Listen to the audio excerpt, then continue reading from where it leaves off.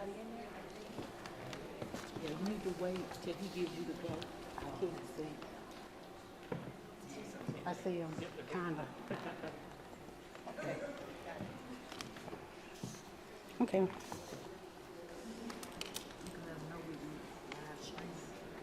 Make sure you say hello to the region.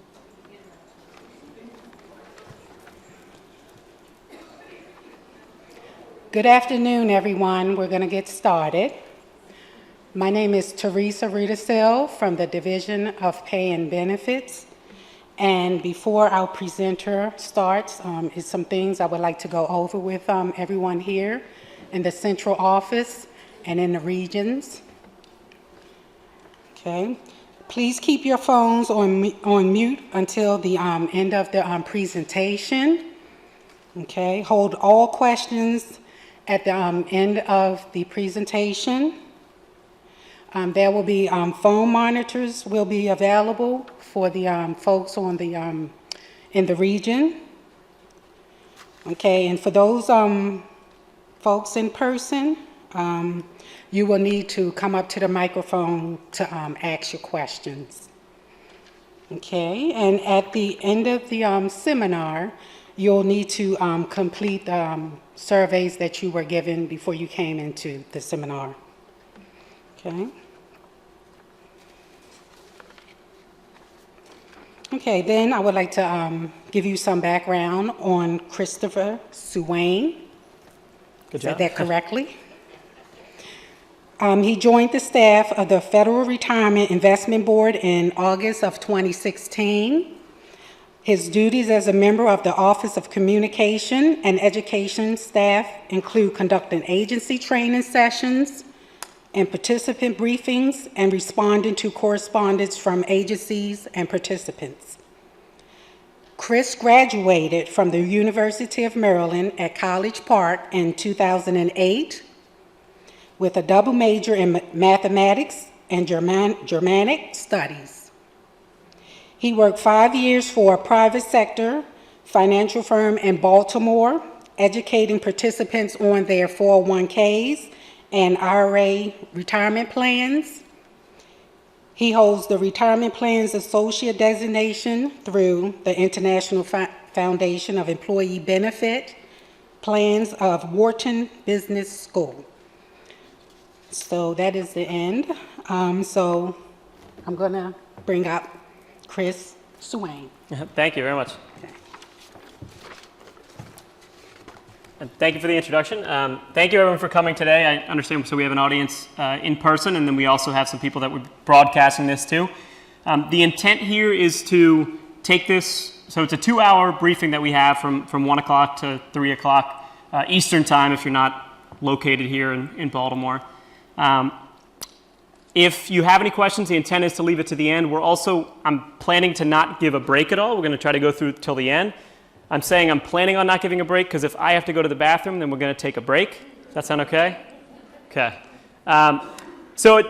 Today's presentation, and also just to lay a couple ground rules. So the plan is to leave questions until the end. But if there's anything, especially for the people in the audience in front of me, if there's anything that's unclear that you want me to go back over, or there is a simple question that you want to answer because you can't kind of follow what I'm explaining, just raise your hand and let me know. You're welcome to go up to the mic. We obviously want to make sure it's captured over the live stream. If you don't feel comfortable, I am also comfortable just repeating your question as well. So whatever works for you, we can work through that. Just a little more introduction of myself. So I work for the Federal Retirement Thrift Investment Board, and we are the agency that manages the TSP. We are a smaller agency. We have around 250 employees, and we're located in Washington, D.C., right near Union Station if you ever head down to D.C.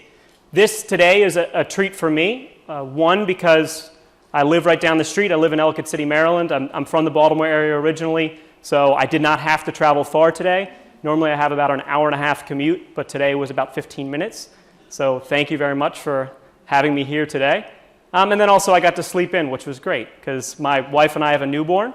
He's about 7 weeks old right now, and I don't get to sleep very much, so this is nice. The presentation that I'm here for this afternoon is the early to mid-career presentation, which it's going to cover a lot of the topics that you need to think about as while you're working before you're planning on taking that step transitioning towards retirement. So on the agenda for this afternoon, and I'm just going to apologize, this whole presentation that I'm showing you today, it's a new set of slides that we put together. There's one duplicate in here, which is the agenda. I'll actually just skip to the one that is right. So we're going to go over a number of things. We'll talk about the contributions to the TSP. How do you put money into the plan? What do you need to think about when you're making those contributions? Along with that, the contribution piece comes the expenses of the TSP, the investments, and the traditional versus Roth. So as money goes into the plan, how do all of those things work and what do we need to consider? We'll talk a little bit about the loans and in-service withdrawals. So while you're working, how can you access money in the account? What options do you have to pull money out? And then what are the pros and cons of doing that while you're working? Because there are some positive things that you can look at, especially with the loan program in the TSP, but there's also some negatives or some cons that we'll discuss more closely associated with the withdrawals if you're trying to take money out of your account while you're working. Now, this is intended for the early to mid-career employees, so those who have more than 10 years until retirement, but we will spend a moment talking about the retirement income options on the TSP as they stand today. So the plan is a never-changing plan. This thrift savings plan was established with the FERS Act. Our agency was started in 1986, and the first contributions to the TSP came in 1987. If you have been contributing to the TSP for more than the past really couple of years, you have seen changes already in the way that the plan is established. Retirement income options is going to be one of the things that most likely will change in the few years to come. Right now there's a bill being proposed to increase the number of withdrawals that you can do at retirement. So just a long caveat for the fact that when we talk about these retirement income options, that is as of today. This may change. And any changes that do happen to the plan that we are directing at the agency, we're doing because we've received feedback from our participants, so from our fellow federal employees, that we'd like a little more flexibility or some more options or whatever the case may be. So we can talk a little bit about some of the historical information as we go through various sections as well, but just keep in mind that everything we're talking about is as of today. After we talk about some of the fun stuff, we'll talk about the death benefits, so not so fun stuff, but it's important to understand how that works. So if we were to pass away today, what's going to happen to our money? Who's it going to go to? How do we make sure it doesn't go to the wrong person? Because that's not something we want to happen. Now let's talk first, before we get into a lot of the specifics behind the thrift savings plan, let's talk first about our overall retirement as federal employees. So we have here an image of a pyramid. Another term you'll hear referred to for federal employees' retirement is the three-legged stool. You see there are three components within this pyramid. There's the TSP on the top, and then we have Social Security and the pension on the bottom here. The reason that they're different colors, and you see Social Security and the pension are the same color, I'll show you why that is in just a second. So let's focus for a moment on Social Security and the pension because the rest of the presentation will be on the TSP. As federal employees, we have the benefit of having access to these three retirement sources. The two on the bottom are going to be fixed income streams of money, and they're based on a few factors that we don't have direct control over. So for Social Security, this is going to be a fixed income stream of money that we're going to get once we are eligible to receive this until we die.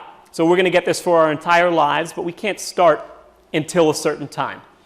The earliest we can start receiving Social Security is age 62. We can delay receiving Social Security until age 66 or 67 if we want to receive our full retirement benefits for Social Security, or we could even push it beyond that all the way up until age 70. But we would want to start at age 70 because the amount that we receive doesn't increase beyond that, so there would be no point to wait. You want to get the money that you're eligible to receive. And the reason we're all getting Social Security is because, if you weren't aware, hopefully you are, we're paying into the program. So right now there is money coming out of your paycheck that goes into to support Social Security. The exception is if we have any CSRS employees in the room.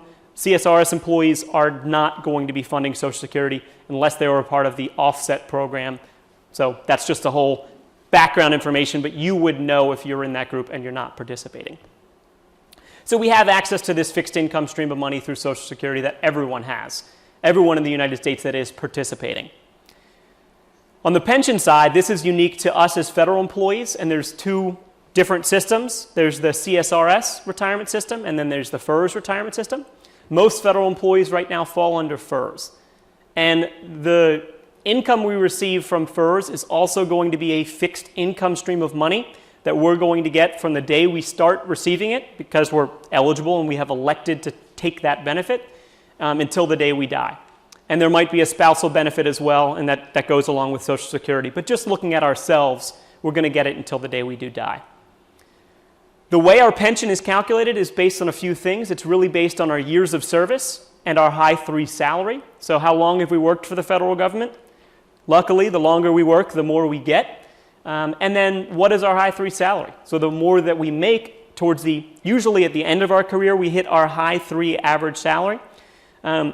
That's used in calculating what our benefit will be.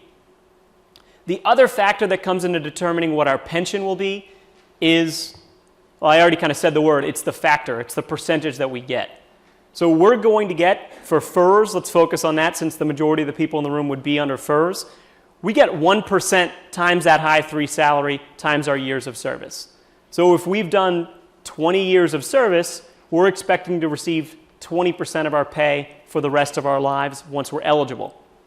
There is a little difference there, or another calculation. If you've served at least 20 years and you are 62 or older when you start receiving your benefit, that jumps up to 1.1% per year that you've worked.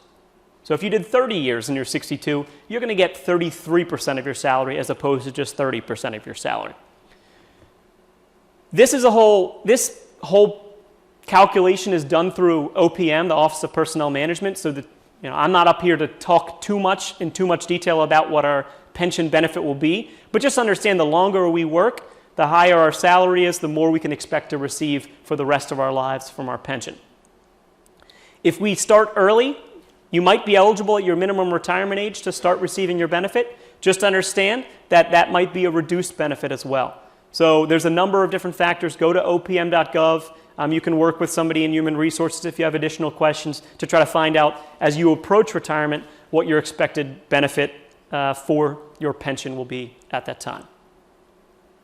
Now, TSP, that's what I'm here to talk to you about today. Let's go over just a little bit of what the difference is with the TSP versus those other two fixed income streams of money. The TSP is what's considered a defined contribution plan, which differs from our pension and Social Security, which is the defined benefit, which means rather than just having this formula out there, which is what Social Security and our pension has, the TSP is based on what we're putting into the plan and a few other things as well that we'll talk about. But it's really based on an actual balance. It's not based on this predetermined formula. And with the TSP, so on the left-hand side here, we are the ones who are making the decisions for how we want to manage our plan. And in doing so, we're also the ones who are taking the risk to make sure we're managing it appropriately for ourselves. We're not taking on any risk for our pension. We just are hoping that the federal government is going to pay us our pension and pay us Social Security by the time we get to retirement. That risk doesn't lie on us. That risk lies on our employer, on the federal government. So for the TSP, it is all up to us to make sure we're funding the plan. So what will our balance in retirement depend upon? It's going to depend on 4 things. It's first going to depend on how long you're making contributions. If you start the first day you start your federal job and you're planning on working for 40 years, you're likely you've checked that one box off the list. You started early and you're making contributions for a long time. The next factor that comes into play here is how much you're contributing into the plan. We'll talk about how much we're eligible to contribute. If you're taking advantage of putting in as much as you can afford to do, and we'll talk about the match as well, then this will help grow your TSP balance.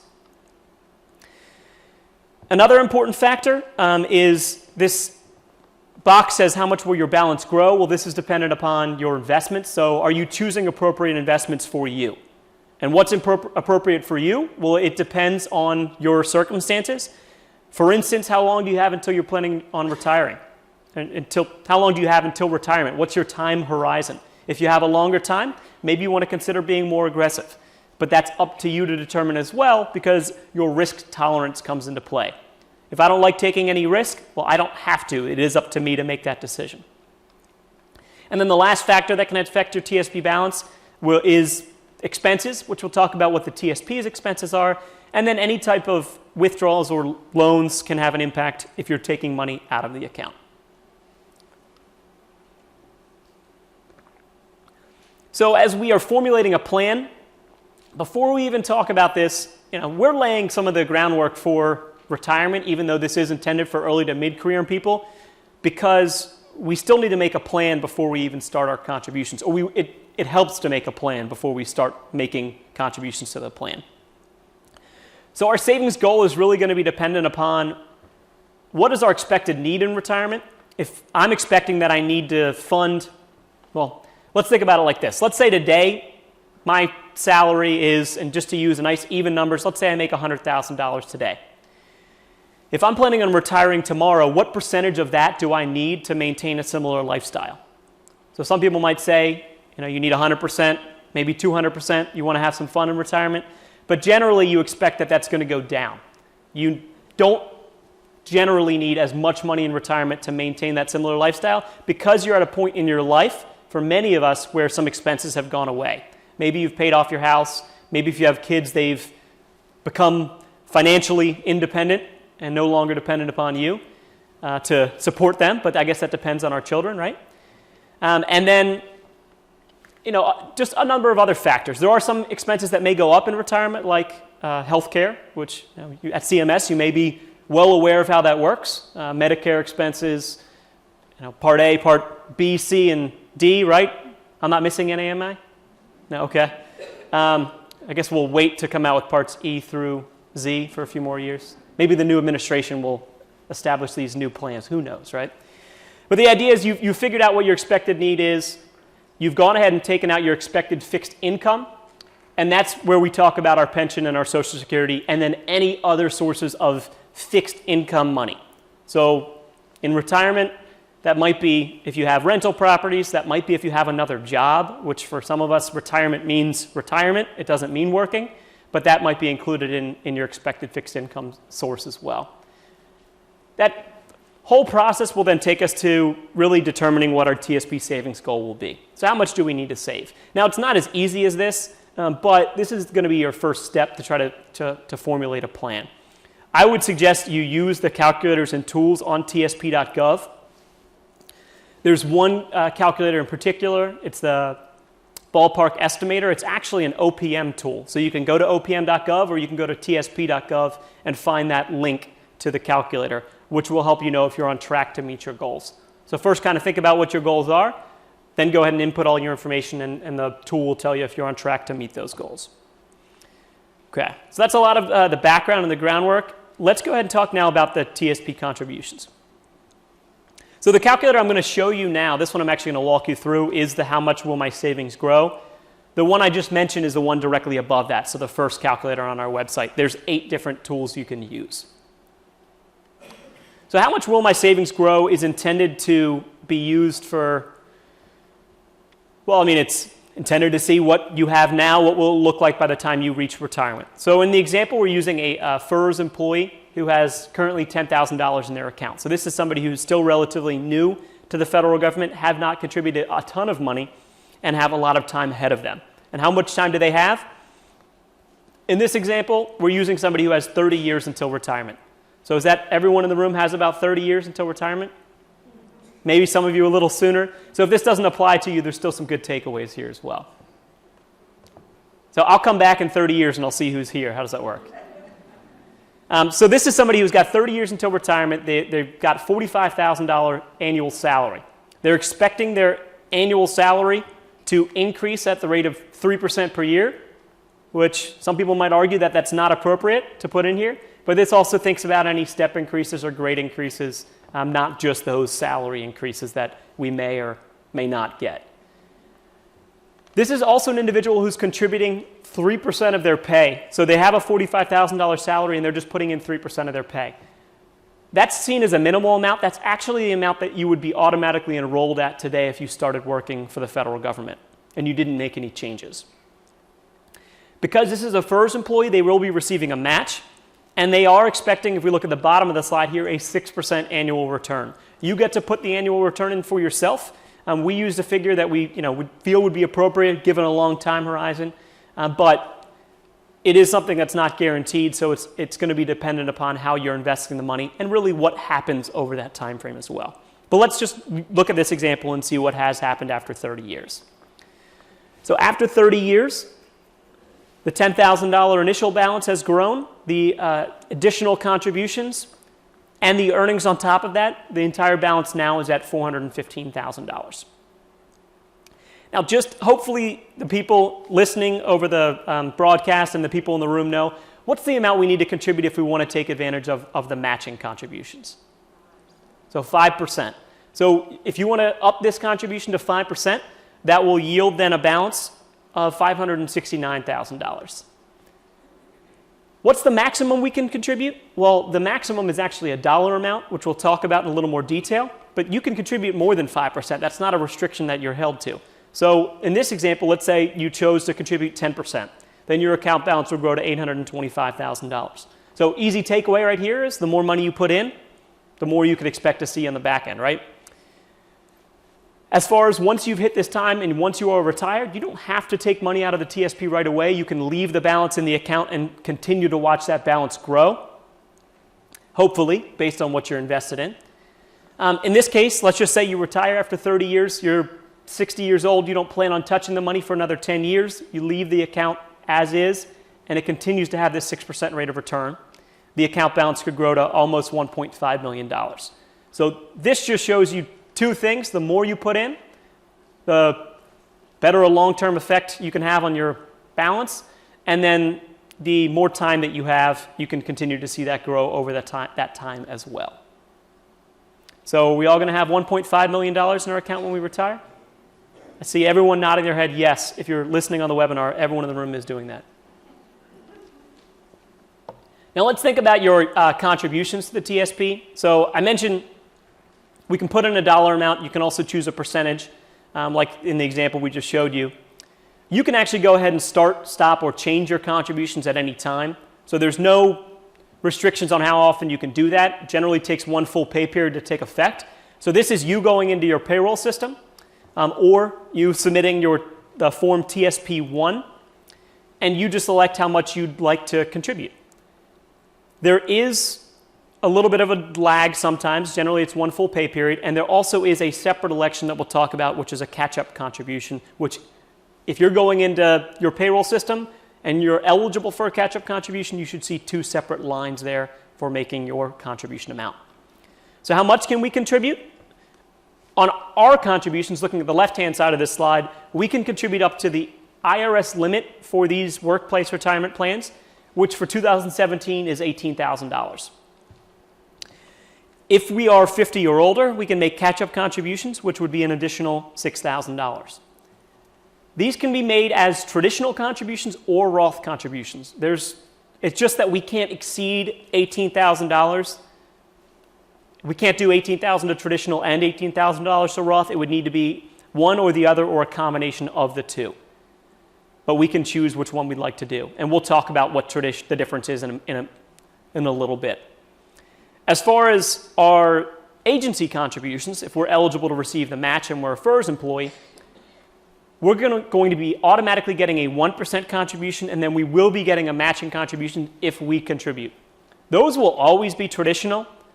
They will not be Roth, but it doesn't matter what we choose. If I'm making a contribution to Roth, I will still be getting a matching contribution from my agency, but it won't be Roth dollars. It will be traditional dollars. What that means is when we talk about this, unfortunately, our agency is not going to pay the taxes for us on the money they're putting in. We have to pay the taxes when we withdraw it on the back end. It would be nice if they did that, but it's just not the way it works. So some of the rules here, just to get a little more specific. we're matched on our contributions dollar for dollar on the first 3% we put in and 50 cents on the dollar for the next 2% we put in. So if I'm contributing 5% of my pay, I'm getting a 4% matching contribution. So that's, if you look at this chart on the right-hand side, on the left hand, I'm putting what I'm putting in. If I'm putting in 5%, I'm receiving a 4% matching contribution. I'm also getting the 1% automatic for a total amount from the agency of 5%. So I put in 5, I get 5, a total of 10% of my pay has now gone into the TSP. On the agency contribution side, if we look at the bottom left-hand side of this slide, the important thing to consider is that that agency automatic contribution is subject to vesting. What that means is if we work for fewer than 3 years, and that's for most federal employees, that is our vesting timeline, then we're not eligible to take that 1% contribution with us when we leave. If we work for more than 3 years, then that money is ours. Nobody has a right to that money other than us, unless under other circumstances, like you're getting a divorce, then maybe your ex-spouse might have some say to it, but that's for another conversation. Let me see if there's anything else I wanted to cover here. Oh, the one thing I was going to say, if you guys aren't sure about what your 3-year date is or your vesting date is, there's a service computation date or your SCD date, which is listed on your TSP statements. You can always look at and find out what that date is. If you're planning on leaving after 2 years and 9 months, maybe you want to think about going to those 3 years, just sticking it out for another 3 months. You can find out specifically what that date is on your TSP statement. Uniform service contribution rules. I don't see anyone in the room here, but just show of hand maybe. Does CMS employ any Commission Corps? Okay, so there are some people who, is there a Commission Corps member? Okay, so this is going to apply a little bit differently. And then anyone who's over the broadcast as well. Uniform service contribution rules are just a little bit different. The idea with uniform service contribution rules is you can contribute from your basic pay, but also any incentive, special, or bonus pay. So as long as you're doing 1% from your basic pay, you can put in money from those other sources. The limits are generally going to be the same, the $18,000 contribution limit, unless you're deployed to a tax-exempt combat zone where you can contribute up to $54,000. But I've never heard of any Commission Corps being deployed to tax-exempt zones, but if you were in that scenario, just keep in mind you can make additional contributions from those tax-exempt sources. And specifically, that annual additions limit is just the last bullet here. It's the maximum would be up to the most senior enlisted member in that tax-exempt zone. So just keep that in mind. Now, if you are a FERS employee and you're receiving a match, and you are planning, so 2 things here. 1, your FERS, and then 2, if you are planning on maximizing your contributions for the year. So we're talking about the $18,000 regular contributions. If you're not planning on putting in $18,000 a year and you're just planning on doing your 5% or more than that but not hitting this limit, you can kind of zone out for a minute. You don't need to worry about this slide. Or if you're a CSRS employee, you don't need to worry about this as well. But if you are planning on maximizing your contributions, make sure you don't do it the wrong way, and that's what I'm going to show you an example of. In this slide, we have 2 individuals. We have Ed and Susan, who both earn the same pay, and they both earn $3,000 per paycheck. Ed has decided to contribute $900 per paycheck. Susan is doing $693. So they're both making contributions. We look all the way through paycheck number 20, and we're looking at a 26 paycheck year. Ed has put in his $18,000 limit. So what happens? Payroll goes ahead and says, you can't contribute anymore. You've reached your maximum limit. He is now capped. He can't contribute until the next calendar year. Susan, on the other hand, has made her contributions all the way through paycheck number 20 as well, but she is not at the $18,000 limit yet. She's at $13,860. So between paycheck number 20 and 26, she can still continue to contribute. As she's continuing to make those contributions, she is still receiving matching dollars on those last 6 paychecks. Because Ed is not contributing, he's not receiving those matching dollars. So at the end of the day, Susan got $3,120 in matching, whereas Ed only got $2,400. So the big takeaway here is, if this fits if you fall into this case or scenario, make sure you don't front load your contributions.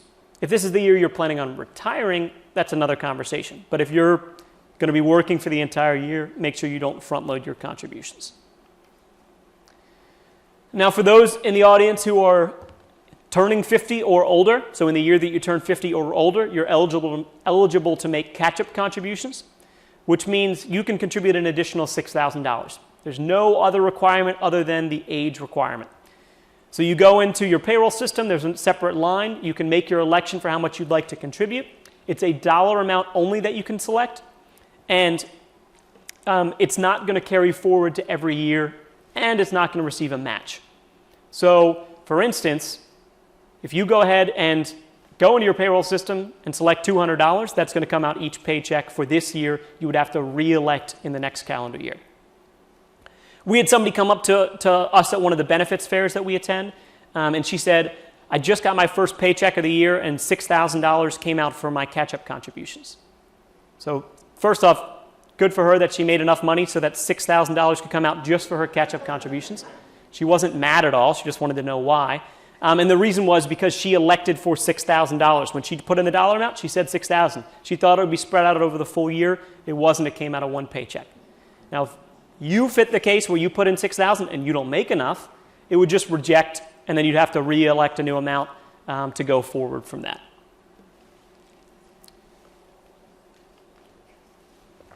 Now, let's spend a moment talking about the TSP expenses. The TSP expenses, the amount that we paid, and we have to look back on this because the expenses are calculated at the end of the year. The amount that we paid in 2016 was 38 cents per $1,000 invested per year. So if you had $1,000 in the account, you paid 38 cents. If you had 10,000, multiply that number by 10, so on and so forth. If we look and compare that to the average 401k plan, the amount for administrative expenses charged in 2016 was $4.30 per $1,000 per year. So we'll kind of scratch our heads and kind of think about, these are similar types of retirement plans. Why are the TSP expenses going to be lower?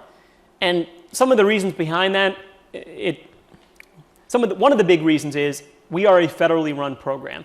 And as a federally run program, we are not for profit. So nobody is profiting off of the money that goes into the TSP. One of the big reasons that that there are expenses at all is because our agency doesn't receive any appropriations. We're not funded through taxpayer dollars, we're funded by the plan itself. So what is that good for? It's good for keeping us independent. We're not associated with any other agency. And then when we're running up against, on Friday, there's the potential for government shutdown. That's not going to impact us at all because we're funded directly through the plan. So that's just some background that doesn't really matter, shouldn't matter to you, but it's good to know why this is. Other reasons why the expenses are low, besides us being a federally run program and not-for-profit, have to do with the sheer volume and the size of the plan. There's over 5 million participants in the TSP, so all expenses are spread out over the entire participant base. And then the investment choices that we use in the TSP, which are index funds, also help to keep the expenses very low. Now, what's that going to do to our account when we think about the expenses over the long term? This is just kind of a single scenario here, but let's just look at this and see what the impact is. So if you had $50,000 and you invested it today in the TSP versus $50,000 in a 401k plan, assuming that they had the same exact rate of return. Fast forward 30 years, and we're looking at a 6% rate of return, the TSP account balance would grow to $284,000, whereas that 401k plan would have grown to $254,000. So the more money you have, the longer of a time we talk about, the bigger of an impact that the expenses will have on your account. So this is really important when we are thinking about, one, the benefits of the TSP, and then even after we leave federal service, what are we going to do with the money in the account? You do have the ability to move money out of the TSP. Once you've left, you also can move money into the TSP, and that's what we'll talk about next. But just, you always want to be keeping in mind that the TSP's expenses are going to be lower. There are things that the TSP doesn't offer, like specific financial advice that financial advisors can go over with you. But we can talk a little bit about that as well, especially if there's any questions when we get to that. So if you have the slide printout, I'd go ahead and just look at the next slide after this one, because on your printout it's going to look like a little bit of a layover based on the, I I don't even know. It's two parts that come into this slide, so you can kind of follow along in the next one. If you are planning to move money into the TSP from other types of retirement accounts, you can do so. The types of retirement accounts would be a workplace retirement plan or a traditional IRA. This is what you can transfer money into your account. So workplace retirement plans include 401k plans, 403b plans, 457b plans, just as an example. So those can be transferred into the TSP, and the way that that works is the money goes directly from the account manager. So let's just say you have this traditional IRA at your bank, or you have an account with a financial institution that's a 401k. They would process a distribution, and the money would be set as a transfer where the check is made payable to the TSP for your benefit. So it's not going to come to you first. If it's not coming to you first, or it's not made payable to you, you don't have to worry about any tax implications. You're not going to have to worry about that until you eventually withdraw money from the TSP. The other method, though, is where you can do an indirect rollover, where the money first comes to you, and then you are transferring the money into the TSP or rolling the money into the TSP within 60 days. If you miss that 60-day window, you've missed the window to transfer the money into the TSP. Now that is seen as a taxable distribution. You have to claim that as income at year end and potentially be subject to a 10% early withdrawal penalty. So why would you want to do an indirect rollover? It's a good question. There's not really many good reasons. You have access to the funds for 60 days, so you could go to Vegas, you could double or triple your money. That's the best piece of advice I can give you, right? You wouldn't want to do this process. It's generally if you took a distribution, realized that you didn't mean to do that, well, you have 60 days to undo that. The exception here, too, if you look at the star at the bottom of this slide, is you can't transfer or roll over Roth IRAs. A lot of times people will ask, can I move a Roth IRA into the TSP? And that's a rule across all workplace retirement plans, so it's not just specific to the TSP, but unfortunately it's something that you cannot do. And this is just a visual of that on that next slide, which you have in your printout. Now, if you are a member of the Uniformed Services, this next slide applies to you only if you have two TSP accounts, meaning you either are in the Uniformed Services and are a civilian, so you are in the reserves and you have a civilian TSP, or at one point you were one or the other and now are not. Essentially, you can combine your two accounts if you have a civilian TSP and a Uniformed Services TSP. The form to do so would be the form TSP 65. It just, the idea there is, do you want to consolidate them or do you want to keep them separate? This may not apply to anyone because if you're commissioned core, it's likely that you're in it for the long haul and you wouldn't be under both of these. Whereas if you're in the reserves, this might apply to you, or former reserves, or retired military as well. Okay. Now let's switch gears a little bit. Traditional Roth discussion is going to be still talking about our contributions into the plan. So this is still, as money comes in, we get to make this decision, but it has an impact that's more long-term and more lasting, and we'll go over why that is.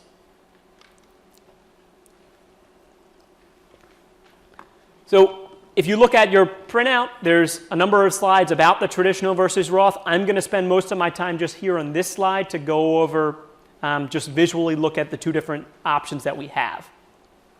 So as I'm putting my money into the TSP account, when I'm in my payroll system, I get to elect, do I want to make that contribution as traditional on the left-hand side of this slide or as Roth on the right-hand side? Traditional, let's first focus on that, is the pre-tax or tax-deferred method of making contributions. So that means if I'm making traditional contributions, I'm deferring payment of taxes on that income until retirement. So essentially I'm saying, don't pay me that money now. I'm going to take that money, put it in my TSP, and I'm going to receive it as income later. So I'm not paying taxes on it now. I'm going to pay taxes on it when I withdraw it later. So what does that mean if we think about it in actual, dollars and cents here? So if I make $50,000 and I put $5,000 into the traditional TSP, I've now reduced my income to $45,000. So when I go to fill out my tax forms, my adjusted gross income is now $45,000. So I'm paying taxes on $45,000 as opposed to $50,000. I'm paying less money in taxes today. So I'm deferring payment of money or taxes on that until later. So that $5,000 plus any earnings on top of that will be taxed when I withdraw it at retirement. Now, will my tax rate be that I would pay on that be higher in retirement or lower in retirement? So that's going to depend on our circumstances. So if right now I'm a high income earner, let's just say I make $100,000. So I've got a substantial income. I'm making six figures. If I don't want to pay taxes on this high income, I can get a benefit by reducing my taxable income for the year up to $18,000 or $24,000 if I'm over 50. So if I put $24,000 of my salary into the TSP, now I'm only taxed on $76,000. So I've reduced my income a lot for this year. In retirement, if my income is going to be less than it was while I was working, it's likely that I'm going to be taxed at a lower rate. Now I say it's likely because there's two things that impact how much we owe for taxes. Number one is how much we make, right? And any other factors that apply to us. And number two is something that's out of our control. It's a tax code, whatever the laws are. If we're going to have an overhaul of the tax system, which is supposedly today, we might get an update on that, right? That could impact what our taxes look like in retirement as well. So there's what we do versus what the tax code is. So with traditional, we're deferring payment of taxes, we're lowering our taxable income today and deciding to pay taxes on it later, hopefully at a lower rate if that's what we're looking to do. Or we can just get the benefit of not paying taxes on it today. Okay, switch over to the Roth side here. Roth is different where it's an after-tax source of money. So we are paying taxes on the money today as it goes into the TSP. If my salary is $40,000 or $50,000, I put in $5,000 to the TSP, I'm still taxed on $50,000 this year. I have not lowered my adjusted gross income today. I haven't gotten any type of benefit today. So why would I make Roth contributions if I don't get a benefit today? Well, because I get a benefit in retirement potentially. Especially if I've already paid taxes on it at today's rate. Let's say I'm a lower income earner. My rate today might be lower than it's going to be in retirement. Or let's just say I want to get that tax bill out of the way. I want to pay taxes on it today so I don't have to worry about paying it again later. Because that $5,000 that has been taxed will never be taxed again. The big question, though, comes for Roth. What about the earnings on top of that $5,000? Will those be taxed? So the answer is maybe, right? They might be taxed. If we do it the right way, they won't be taxed for us. So we can avoid paying taxes on those earnings. And that's what we'll skip forward a few slides to the qualified earnings withdrawal for Roth. So I made my $5,000 contribution to the TSP as Roth. It's now grown. Let's just say it's worth $8,000. So there's $3,000 of earnings on top of that $5,000 contribution. As long as I've met the two rules to have a qualified distribution, I can receive those $3,000 of earnings completely tax-free. And the two rules here are that I need to have, one, made my first Roth contribution at least 5 years prior. That's your first contribution at all. So it's not, from this dollar was it contributed 5 years ago, it's just the first contribution and then you've met that rule for all Roth dollars in your account.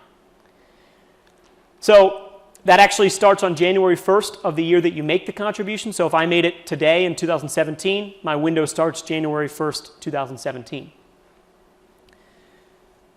The second rule then is going to be that at the time I take my withdrawal from Roth, I'm at least age 59 and a half. The only exception to being 59 and a half here is if you're disabled, and that's in the views of the IRS, so you need to be deemed permanently disabled, or deceased. So those aren't the fun ones. Really, you want to be 59 and a half. So as long as you made the contribution 5 years prior, you're 59 and a half, you can withdraw the earnings, in this case, our $3,000 of earnings, on top of that $5,000 contribution. Everything is going to come out completely tax-free. So that's a potential big benefit, especially if you have a lot of years of tax-free growth on top of that. You might see a great benefit on the back end. If you don't qualify for those rules, the earnings will be taxable, and they may be subject to the 10% early withdrawal penalty if you're under the age of 59 and a half. And I say may because there are exceptions to the rule. We'll talk about the exceptions. The exceptions that apply to the 10% early withdrawal penalty do not apply to the Roth tax-free earnings. Sometimes people will confuse them because we're still talking about the age of 59 and a half, but they are different. So just keep that in mind. And then also, many people will look at the TSP account. Roth's relatively new for the TSP. It started in 2012, whereas we first made our traditional contributions to the TSP 30 years ago this month. So if you were around in April of 1987, you were putting money into the TSP, but Roth has just started in 2012, so 5 years ago now. A lot of times people, though, will say, I'm not eligible to contribute to the Roth TSP based on my income. And that's actually not the case. That's a Roth IRA that people are confusing with the Roth TSP. Roth TSP has no income limits. So if you're the president of the United States, you make however much the president makes, $400,000 or whatever the figure is, you're eligible to put money into the TSP. Up to the limits of the $18,000 or $24,000 if you're 50 or older. On the Roth IRA side, you have to qualify based on your income. And if we look at the top right box here, if you're married filing jointly and you make over $196,000, you're not eligible to participate in a Roth IRA. But if you do qualify, you could certainly do both, the TSP and the Roth IRA, up to, for the Roth IRA, $5,500 or $6,500 if you qualify based on the age requirements as well. And then the last thing to note here on this slide is this third row here, the required minimum distributions row. This is, once you reach age 70 and a half and you're retired, there's a requirement by the IRS you have to start taking money out of your TSP. They don't distinguish whether it's Roth or traditional, they just say you got to pull money out of the TSP. But Roth IRAs does not have that requirement, or they do not have that requirement. So therefore, if you don't plan on taking money out of a retirement account and you want to pass on a Roth IRA to your heirs, so this is for legacy planning purposes, you might want to consider a Roth IRA, which you could transfer the money in your TSP into a Roth IRA at retirement. We can kind of spend a moment on that later when we talk about the withdrawal options. But for those of you who plan on spending your money in retirement, which I'll include myself in that group, you wouldn't need to worry about this Roth IRA RMD exception there. And the last tax piece we'll discuss is the retirement savings contribution credit.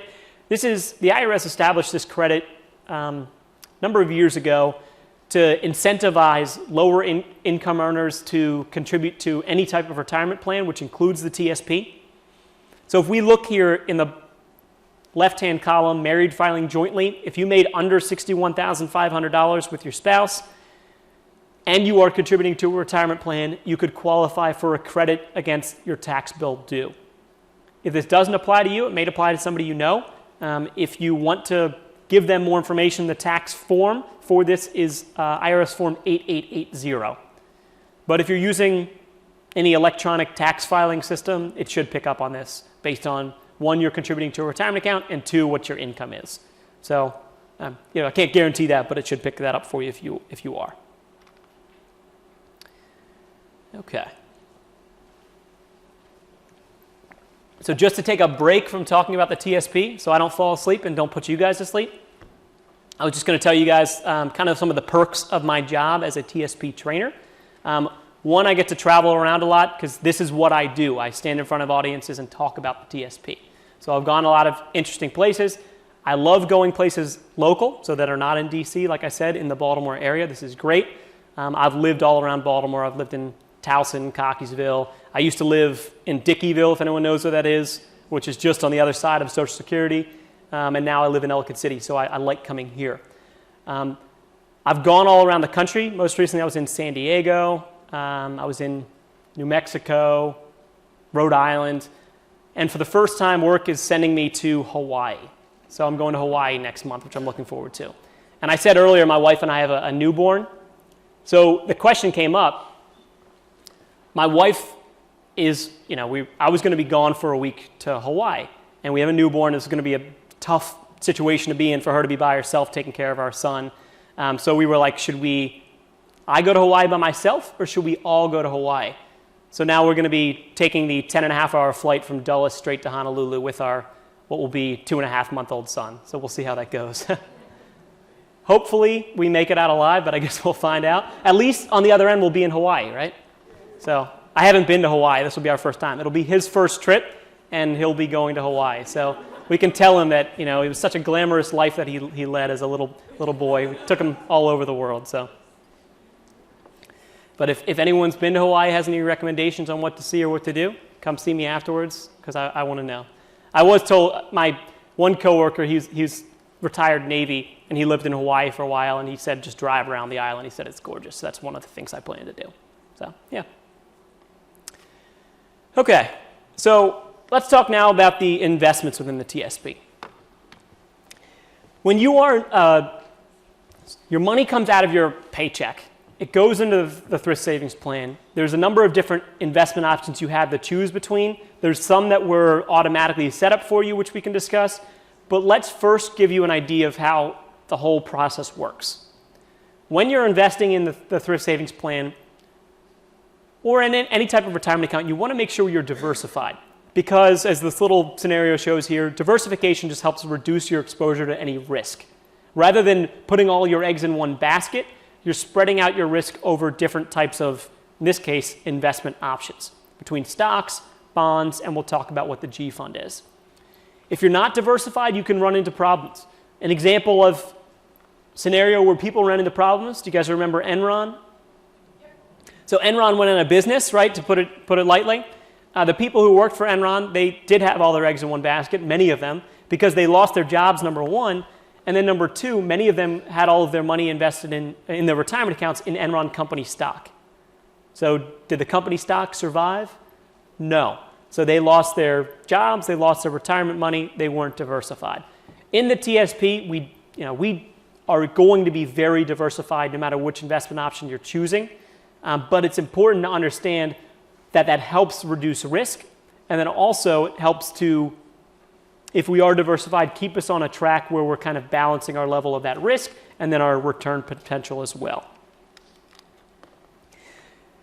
When we put money into the account, we're using one of the 5 core funds or one of the life cycle funds, and those are going to be, with the exception of the G fund, they're all index funds.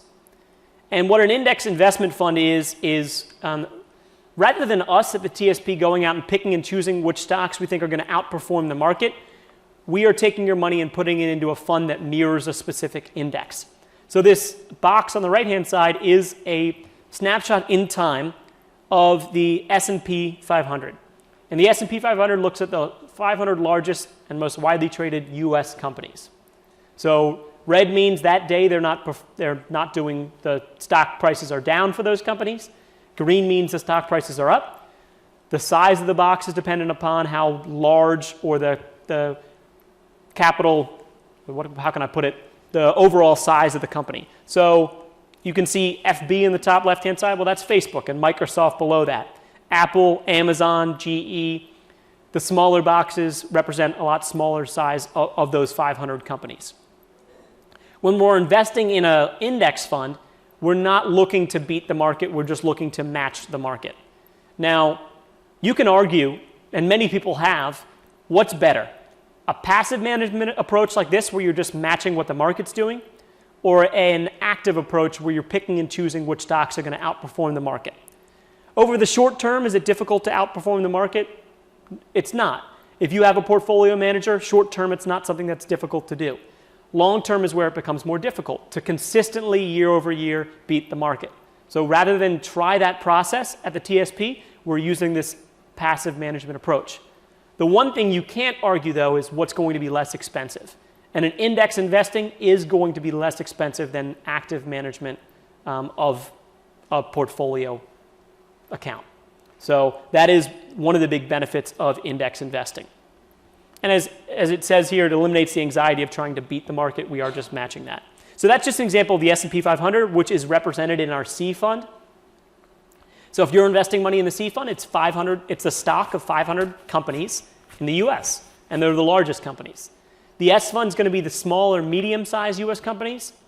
This is many more than just the 500 represented in the S&P 500, and it makes up essentially the remaining US market. So you have large companies, small companies, and that represents everything in the US stock market. Small companies generally are going to be higher risk than large companies because there's more risk that they could fail. There's also more growth potential as well. So it really depends. But C and S and I are going to be our growth funds with the potential for growth, also has the potential for risk. So these three funds we'll talk about are going to be our growth/risk investment options. The I fund is, as the letter implies, it's the international fund. It's actually investing in international companies of well-established foreign markets, foreign countries. So this is looking at, it's 21 countries, and investing in companies within those countries. I think it's around 900 different companies, mostly Japan, Hong Kong, Western Europe, so it's UK, France, Germany, and then Australia as well. So there's a number of different companies in these countries. There used to be some representation in Greece, but ever since Greece has not done so well, that's no longer represented here in the I fund. Now moving on to the second portion of this slide here, we're going to have our preservation or income funds. This is the F fund and the G fund. The F fund is a bond fund. Bond funds are really, they're lower risk on average, or generally they're going to be lower risk than stocks. Oftentimes they act in the different direction, but they're more intended for growth, but in a way that's not as exposing to as much risk and not as much growth potential. So the way a bond works is it's a debt instrument. You're lending somebody money, they're paying you that back with interest. As interest rates fluctuate, since bonds are traded, that impacts what the prices of bonds are.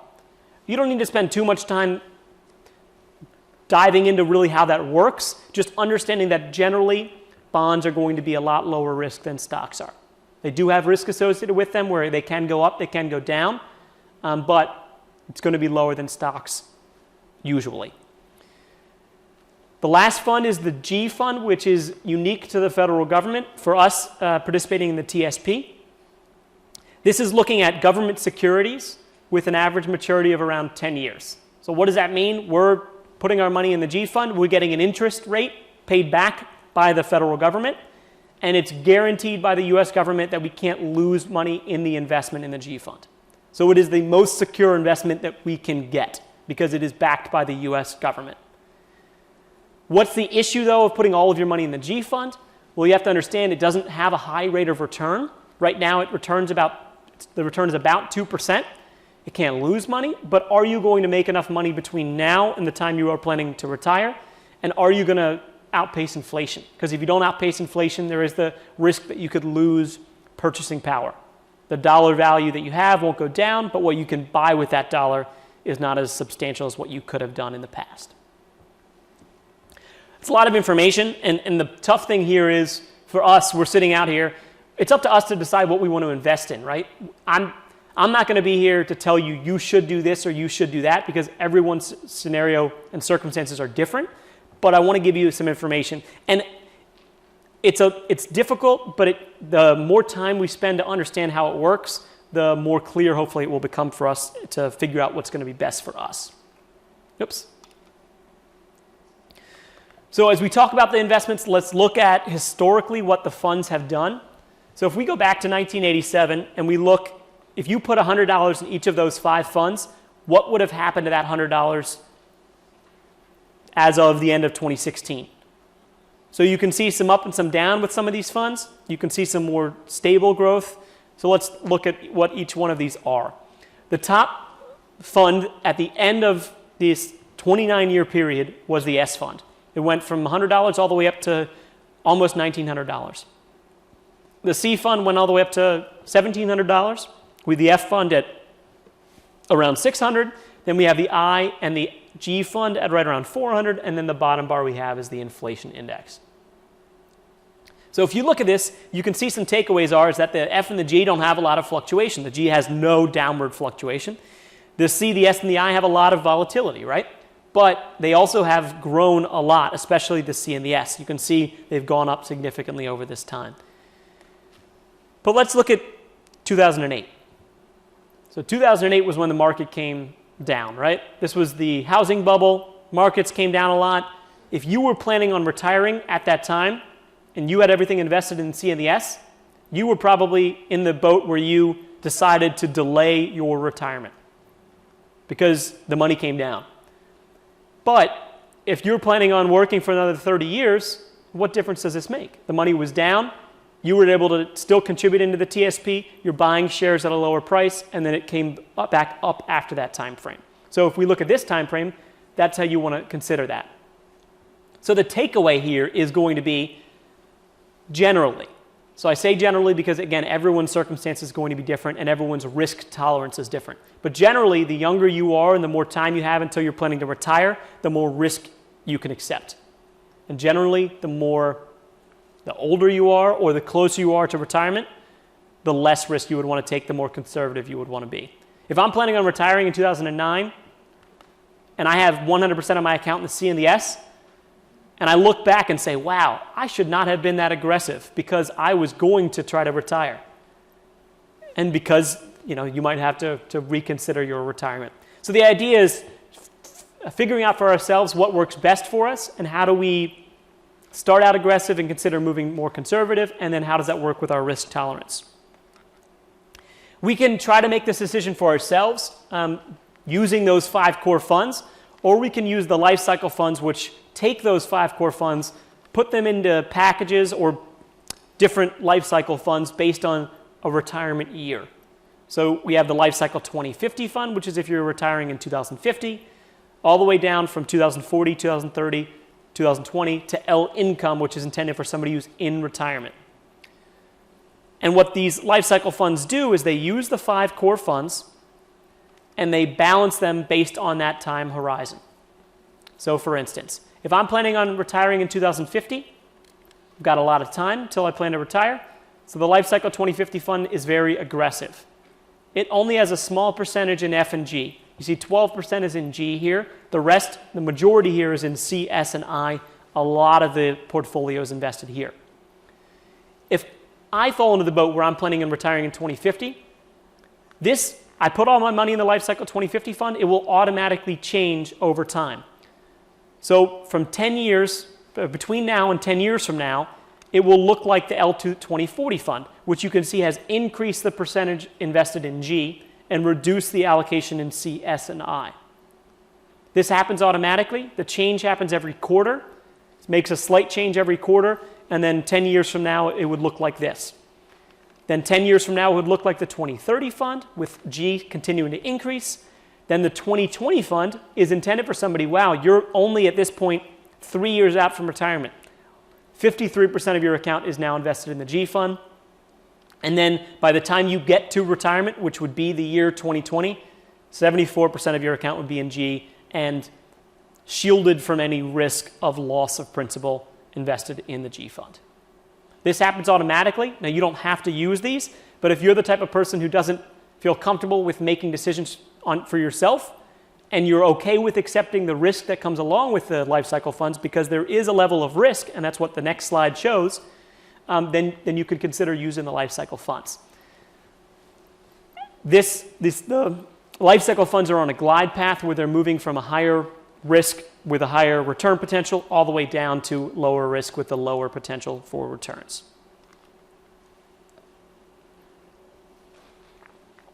There are 2 different transactions that you can make as far as your investments are concerned.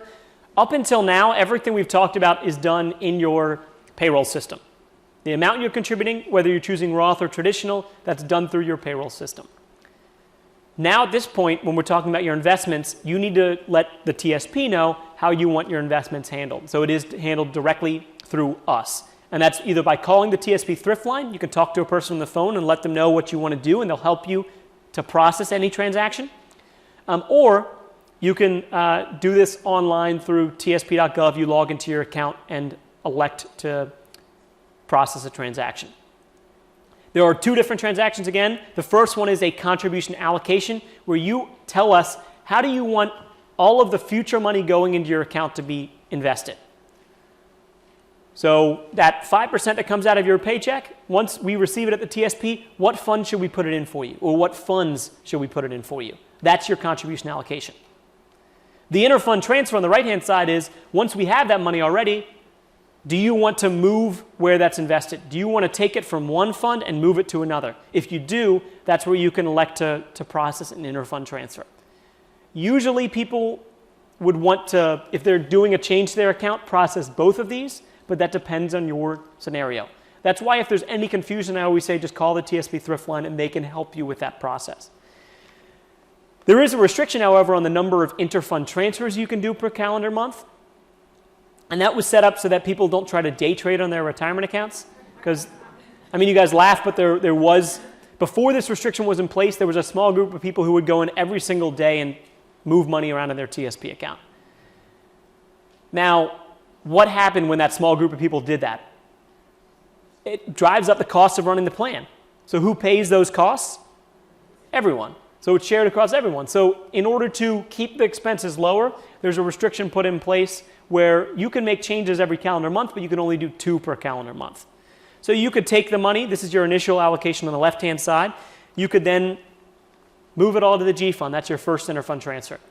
Then you could do a second interfund transfer and move between the different funds. Now you have reached your limit. You still can, though, if you look at the wording at the top, move money into the G fund, and you could do that as many times as you'd like until all of the money is in the G fund. It's kind of like a safe harbor type clause where, you know, I reached my second interfund transfer, I put everything in I, and then I realized I did not want everything in I. Well, you can't do another interfund transfer, but you can move everything back to G to make sure you're not, you know, you have that ability to avoid any direct investment risk. And then starting the next calendar month, you can go in and make your 2 changes.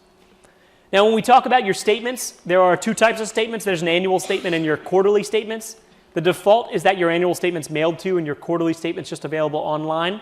You can change that if you want to go on your online account or call so that you receive everything in the mail, or so that you receive nothing in the mail and everything's online.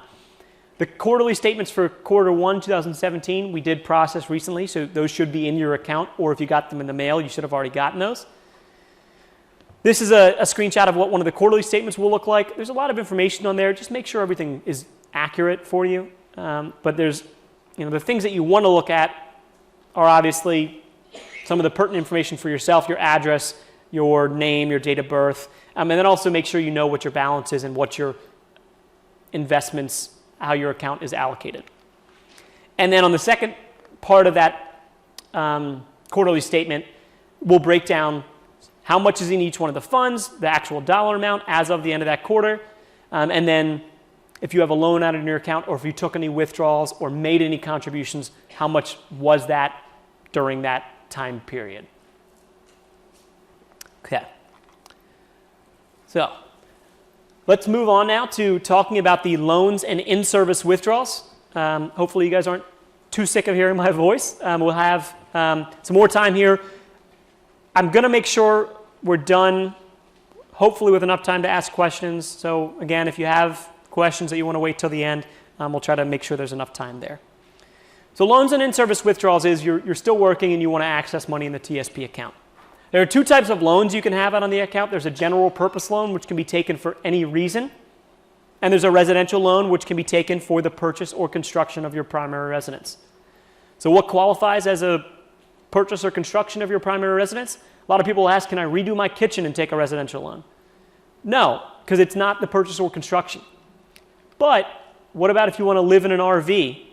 And you want to purchase that as your primary residence? Sure, that can be your primary residence. We did have somebody, though, who requested a residential loan because they wanted to purchase a 1954 VW conversion van.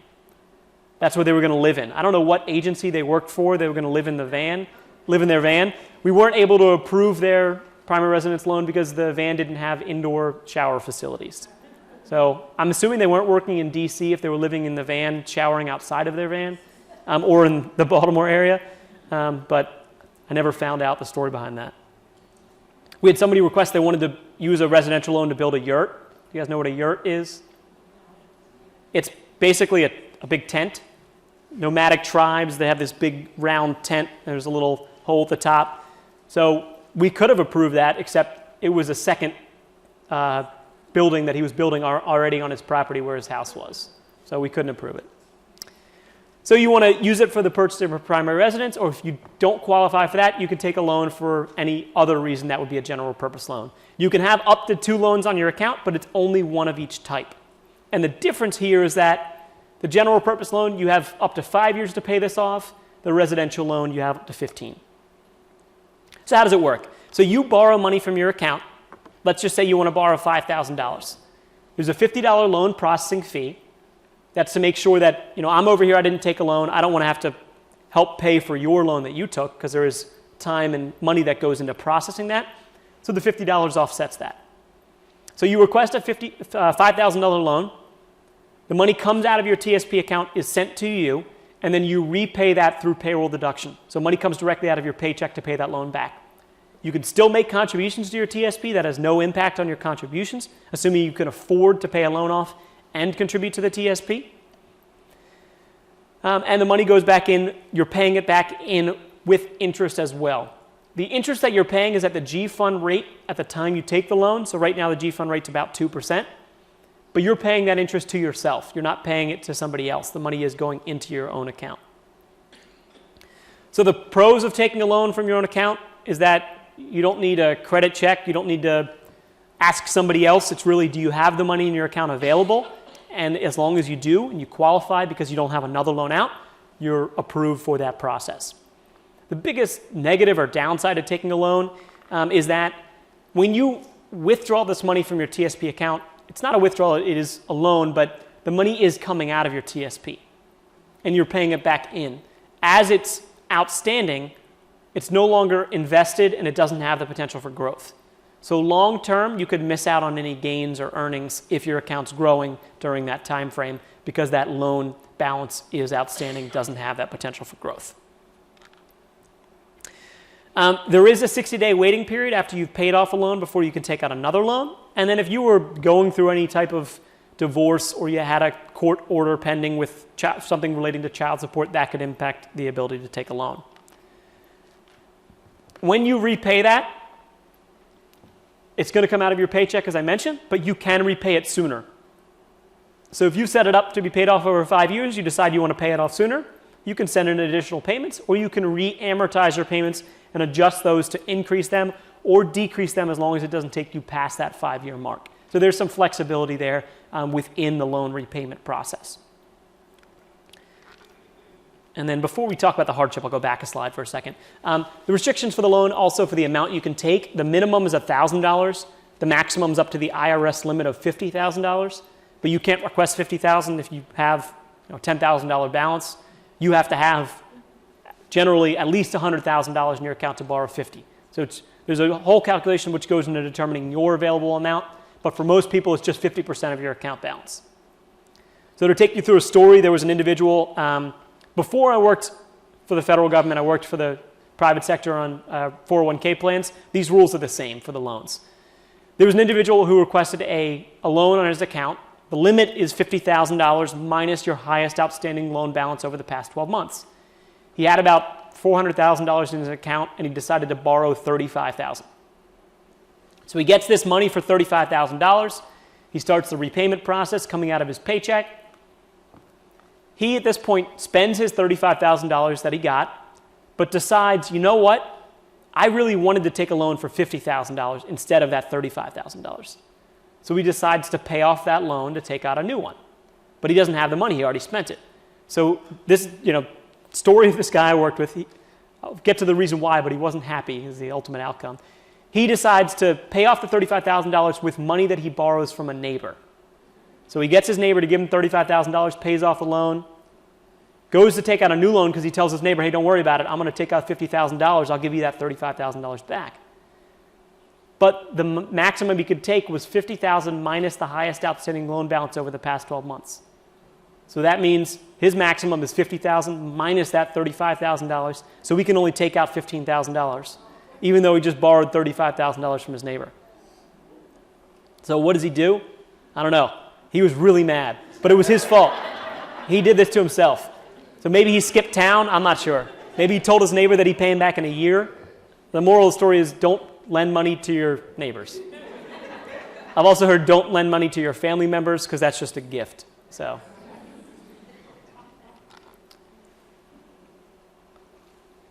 Yeah, that was when I started out my career, I was working in the call center, and that was one of those calls where this guy was really, really upset. But the writing, it's plain language, it's by the IRS, there's nothing you can do.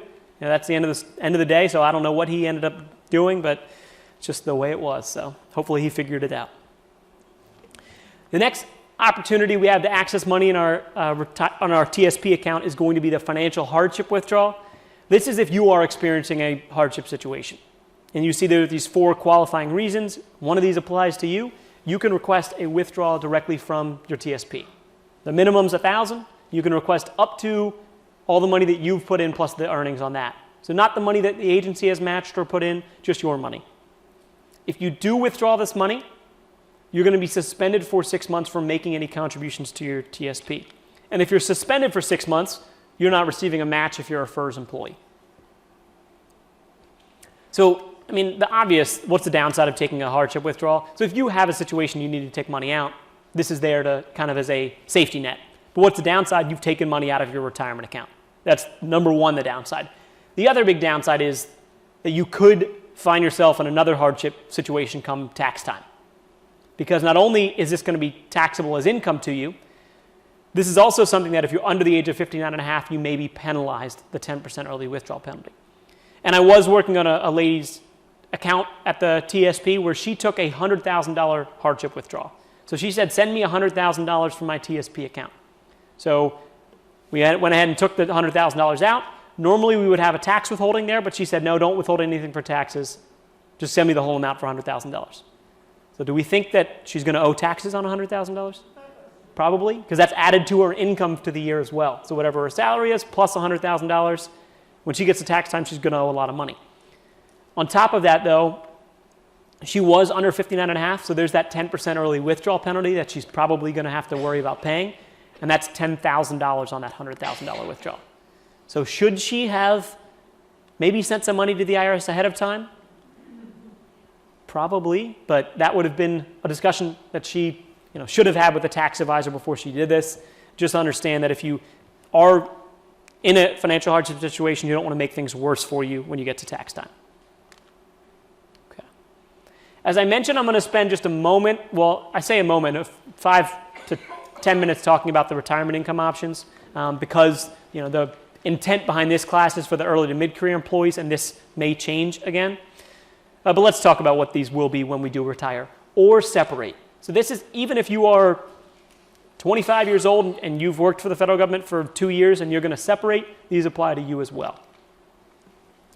The first thing is you don't need to take the money in your TSP account out. You can defer or delay receiving any money all the way up until your age 70 and a half. That's the required minimum distribution, and separated. If you want to work into your 80s, 90s, that's fine. You don't need to take any required minimum distributions, but once you've separated, you have to start by 70 and a half. But let's just say you separate before that, you can delay and defer receiving any money. Once you've decided you do want to receive some money from the thrift savings plan, the first thing you could do is take a partial withdrawal.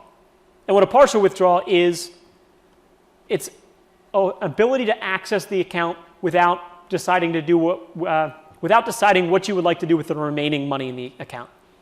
So hopefully you followed me a little bit there. The idea is you just say, I have a one-time withdrawal option where I know I want to elect a specific dollar amount. Whether it's $1,000 at the minimum or all the way up to almost my entire account balance. And what can you do with that money? You could have it sent to you and pay taxes on any amount that's a taxable portion, so the traditional money. Or you could have the money transferred over to another eligible retirement account. So oftentimes people will do this just because they don't know what they want to do with the rest of the money in their retirement account, so they know they want to pay off their house when they retire.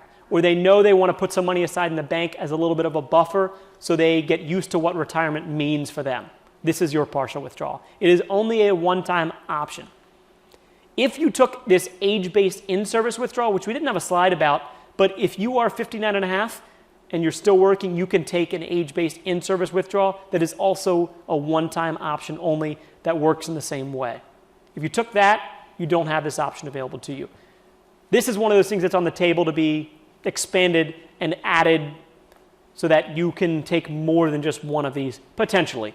We don't really know exactly what's going to happen. It's up to, we need congressional approval first, and then we need to be, our agency needs to actually implement changes.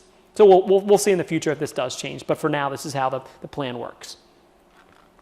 If you decide to take a partial withdrawal, great. You still then have your full withdrawal option available to you, but you don't even need to take the partial withdrawal. You can go directly to your full withdrawal option if you please. And within the full withdrawal election, and you can see this is a screenshot of the form you'd fill out, which is the TSP 70, there are going to be 3 options for you. Number 1, or I guess letter A here, is going to be your single payment. B would be the life annuity, and then C is going to be your TSP monthly payments. So these are your 3 options as it stands today. And as you look at the form, you can see you can choose between these 3 options, but you have to elect what you'd like to do with 100% of your account through this option. So the single payment, just to briefly discuss these, is where you're electing a percentage of your account either as a direct distribution to yourself or you're going to transfer it over to another retirement account. And when I say another retirement account, I mean an IRA account that you have established elsewhere or any type of workplace retirement plan if you have a 401k plan that you're holding on the outside as well. The life annuity is an option where you are taking your TSP balance or a percentage of that and having it transferred to the TSP annuity provider. And the TSP annuity provider is MetLife. So in this example, let's just say you took $100,000 and you decided to set up a life annuity with MetLife. They will pay you a monthly amount for the rest of your life. And how do they determine how much they'll pay you? Well, it's based on how much you put into the annuity option. So in this case, we're talking about $100,000. How old you are, because the younger you are, they're going to pay you less because they have to pay you for a longer time. The older you are, the more they'll pay you. And then it'll also be based on the type of annuity that you choose. Are you covering just yourself, or are you covering yourself and your spouse? But what an annuity is, it's a guaranteed payment for the rest of your life.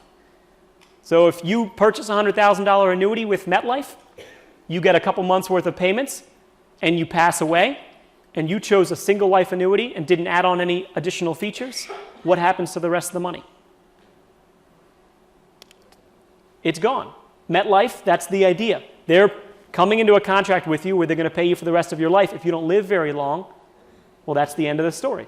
If you live to be 120, you're going to get paid all the way through till you're 120, and you definitely got way more than $100,000.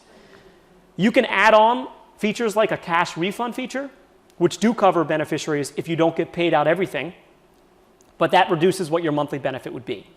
If you want more information about the life annuity, if you're not familiar with how these work or what this feature really means, you can check out the light blue publication that we have, and there's going to be some when you leave, the withdrawing your TSP account, or on our website there is a life annuities booklet as well, which will go into more detail.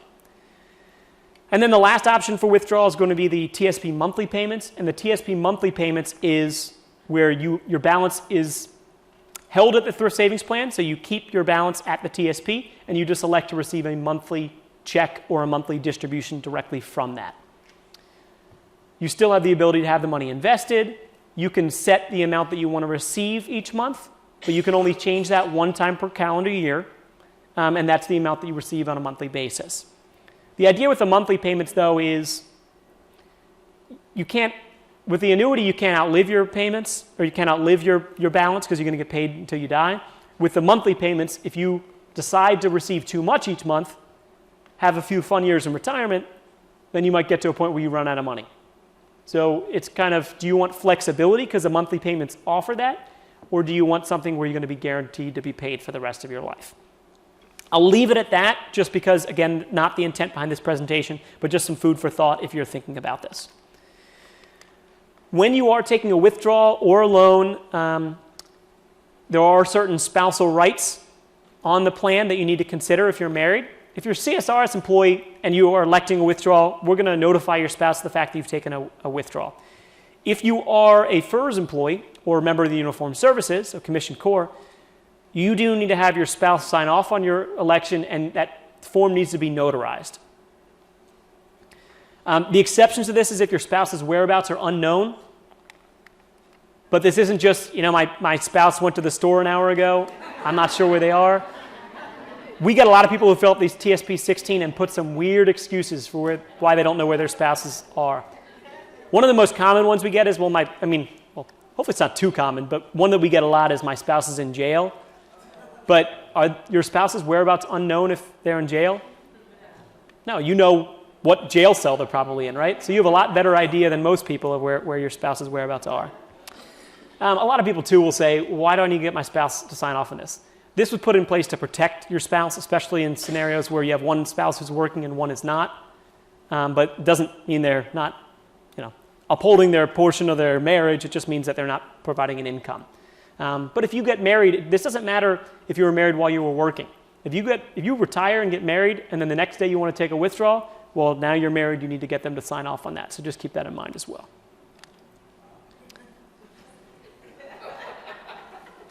I guess if you plan on getting married, just consider what that means too. And the last topic before we move on to the death benefits will be the exceptions to the early withdrawal penalty. So we talked about if you are under 59.5, you may be penalized if you try to withdraw money from your TSP. Doesn't apply to the loan because you're paying that back, but any type of withdrawal you may be penalized. However, if you are age 55 or older in the year that you separate, you're not going to be subject to this 10% early withdrawal penalty on any withdrawals. So if you're 53 and you separate, you do need to wait all the way until 59.5 to take a withdrawal penalty free. But if you are 55 or older in the year that you separate, you can withdraw without being penalized. So if you fall under planning to retire under your minimum retirement age in OPM, the youngest your minimum retirement age could possibly be is 55. So if you're planning on hitting your MRA and retiring, then you're not going to have to worry about this, a 10% early withdrawal penalty on any withdrawals from the TSP. The other exceptions, you can read the list here, is if you're receiving an annuity or monthly payments that are going to last for the rest of your life, which is a specific election. And that's because even though you are getting retirement money today under 59.5, it's going to last for the rest of your life. So you're not going to be penalized for it. It is a retirement benefit for you. And then if you die, well, nobody's going to be penalized except for, maybe you because you're no longer alive, but there will be no penalty to you or your spouse. Or your beneficiaries, if it's somebody other than your spouse. And then the last bullet here is if you're totally or permanently disabled in the views of the IRS, again, no 10% early withdrawal penalty. Okay, so last topic, death benefits. So death benefits, I'll go through this quickly, is important to cover to make sure something doesn't happen that we don't want to happen. So let's just use myself as an example. So if I were to pass away today, somebody's going to need to notify the thrift savings plan of the fact that I've passed away. So how does the TSP get notified? Somebody's going to have to send in the form TSP 17 with a copy of my death certificate. So they'll notify the TSP. TSP will then look at my account and say, okay, does Chris have any money? Does he have a balance at the TSP? And if I do, then they'll try to find out who my beneficiaries are. If I filled out a designation of beneficiary form, which is the TSP3, the account will be paid out to whoever I listed on that form. Whoever I listed. Whether that's a charitable organization, whether that's a trust that I've established, whether that's an ex-spouse. And that's the one where people come into a lot of problems.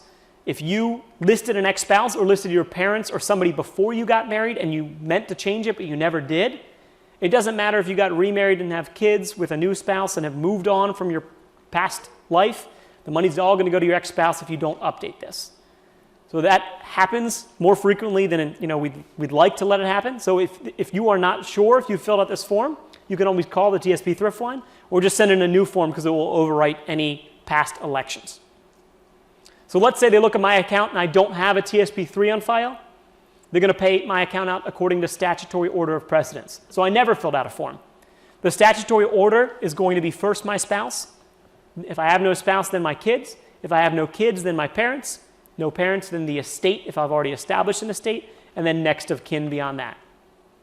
So if I'm thinking, for me, what's better, filling out a form or not filling out a form? Well, if I want to specifically designate who will be my beneficiary and also offer or elect for secondary beneficiaries, the TSP3 will help me. We had one individual who filled out their TSP3 and put 100 primary beneficiaries, so 1% for each of their 1% for each of their beneficiaries. And they had secondary beneficiaries for each of those. So they had 300 beneficiaries on their account. And they had about $3,000 in their account. So I know that I don't work in our death benefits processing group, but I know that we're hoping that he takes his money out of the TSP and leaves, as opposed to dying and then us having to figure out how do we contact 300 different people over $3,000. So that's the TSP3. It can give you that flexibility, right? It's great. However, if you're in a situation where you just like to be paid out according to statutory order, that's where the TSP, not filling out a TSP3 will help. Oops, wrong direction. So in my case, my wife's my beneficiary. When I die, as long as my wife's still alive, everything's going to go to her. Spousal beneficiary options are different than non-spousal beneficiary options. So for the spouse, what will happen is they'll take my account, they'll take my TSP once they know my wife's the beneficiary, and they'll put it into an account for her they'll invest it in the life cycle fund based on her age. So they'll take it out of my account, they'll put it in this BPA account at the TSP, and then they'll say to her, okay, you have some options. Do you want to leave it in the BPA account? Do you want to withdraw it from the account? Which would mean, do you want to receive it as income? Or do you want to have it transferred to an outside IRA account in your name? Or do you want to, even as a federal employee, transfer it into your own TSP account? So my wife works for the FDA. She could go ahead and take this account that she received from me, transfer it from the BPA account into her TSP if this was the case. What's the benefit of leaving it in the BPA account?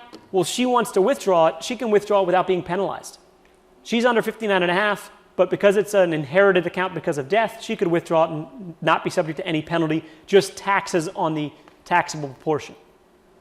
But the downside of leaving it in the BPA account is, which is the second bullet here, if she then dies, the account would have to be paid out in a full lump sum to her beneficiaries. So let's just think positively here. So I die and I have $1 million in my account. They take this $1 million and put it in this BPA account for her. If she dies, that $1 million, if it's in the BPA account, would have to be paid out as one lump sum to whoever her beneficiary was.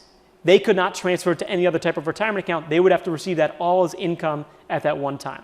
So it kind of depends on what would be best, and the amount might play a big factor when you're making this decision. So if she wanted to transfer it to her TSP account and then she dies, it can be passed to her beneficiary in a number of different options. So that takes us then to the next slide, which would be, let's just say she dies, this money is in her TSP account, and her beneficiary is not a spouse. So non-spousal beneficiaries have two options. Number one would be to receive that full distribution like we talked about, pay taxes on that as income, any taxable portion of the balance that's received, or have the money transferred to an inherited IRA. And an inherited IRA is, we don't manage, we don't hold those at the TSP. That would be up to the non-spousal beneficiary to establish. So she dies and her brother's her beneficiary. Her brother could go ahead and establish an inherited IRA, take the money out of the TSP and put it into the inherited IRA. He will have to start receiving money from that right away, but can spread that out over a longer time. Now, we don't manage it again, so that would be up to him to do. He would not have the option of keeping it at the TSP. The only option where that can be done is for a spousal beneficiary. It would have to come out one way or the other. Okay, so just the last tips and resources here, and then we'll go ahead and move on to the question portion of today's presentation. Just the what and the why here. So I'll pose this to the audience that we have right in front of me. Why would we want to contribute at least 5% of your salary? So to get the matching for FERS employees, absolutely. What's the benefit of transferring other retirement savings into the TSP account? Heard some mumbling. So yeah, the low expenses, absolutely. So the TSP does have lower expenses, and if you want to take advantage of that, you can transfer other accounts in. Now think twice about taking a loan from your TSP account. What's the downside of borrowing from your retirement account? You can miss out on earnings over the long time. Using the calculators at tsp.gov, I mean, this is just a no-brainer. Planning your retirement is going to be smarter than winging it. You want to make a plan for yourself, right? And then diversify your investment strategy. Sorry, I'm just having a little trouble with the clicker. That helps us, if you're diversifying or choosing a life cycle fund, that helps us reduce our exposure to risk. And then make sure you are reviewing your contributions and investment strategy regularly, because as any life changes occur, make sure you make those changes within your TSP accordingly. And then you can always stay with the TSP after you separate and then take advantage of those low costs. Oops. As far as the resources that you have, TSP.gov is going to be a #1 go-to resource for you. This is where you can view a lot of the information that we discussed today. I've talked about many different topics. All of this is contained somewhere within our website within TSP.gov. You can access your own account. You can view your balance information. You can view statements. You can also make certain changes online. I'm glad that I'm just starting to lose my voice at the end of the presentation. Didn't do this at the beginning. Luckily, we only have a little bit longer. If you need to contact us or talk to somebody, the best way to do it is just to call the TSP Thrift Line. You have the number up here. It's also in many of the publications that we have outside for you.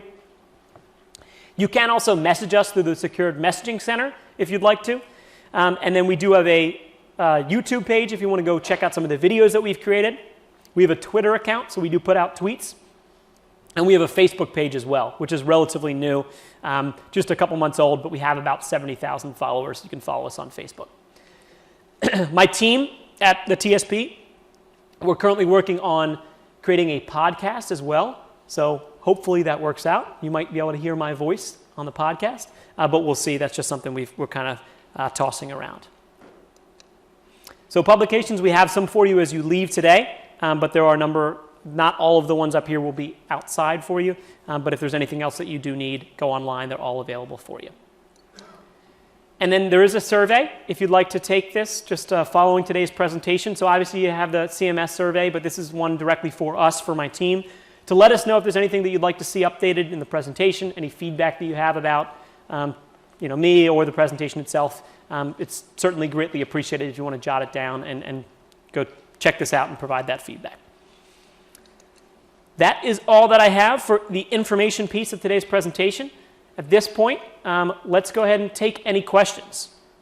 Yes, sir. And I'll repeat these questions for anyone who is listening, if you don't get up. Yes, sir. If you take a loan, okay.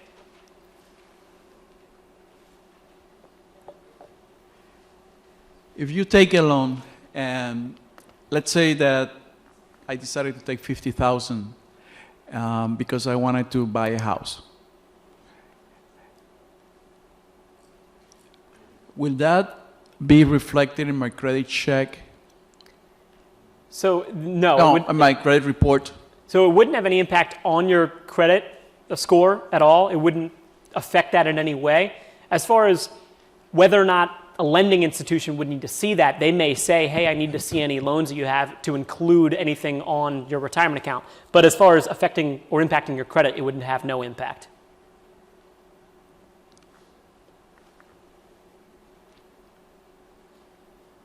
The other question is, what is really the advantage of when, for instance, if I take monies into the Roth fund, is that an advantage in terms of taxes? So that would depend on your circumstances. That's where talking to a tax advisor may help. It's really, at the end of the day, is do you want to pay taxes now or do you want to pay taxes later? And then you get to decide, with the help maybe of a tax professional, as to what would be most beneficial for you. There are different benefits to each, but it's going to depend for the individual as to what would be better. Thank you. That's it. Yeah, thank you for your questions. And we'll, just to let anyone know who's being broadcast, we're going to take a couple in-person ones, and then we'll see if there's any over the broadcast as well. But please go ahead, ma'am. Hi, great presentation. Thank you. Question about the retirement options. If somebody has both a traditional and a Roth TSP, do they get treated differently? So you'd have the option of taking 100% out of your Roth, but then doing something different with your traditional? So as far as if you had both traditional and Roth in the account, when we talk about the withdrawal scenario where you're taking the money out, under the current plan rules, everything is going to come out pro rata or proportionate. So you don't have the option to split it until the money has come out. So what that means, let's just say you took a single payment withdrawal and you took the entire balance out. That would be made up of both of those, and you could send the traditional to a traditional IRA and send the Roth to a Roth IRA. But if you elected for an amount to come directly to you, you can't say, just give me the Roth or just give me the traditional. It's going to be made up of both. So under the current plan rules, you cannot split it like that unless you're taking it as a lump sum and then splitting it. Okay, thank you. Yeah, good question. And let's just see real quick before we take more of the in-person ones, are there any questions over the broadcast? Ladies and gentlemen, if you would like to ask a verbal question on the phone line, all lines have been now unmuted. You may ask your question verbally. I apologize for background noise. Hello, good afternoon. Can you hear me? Yes, go ahead.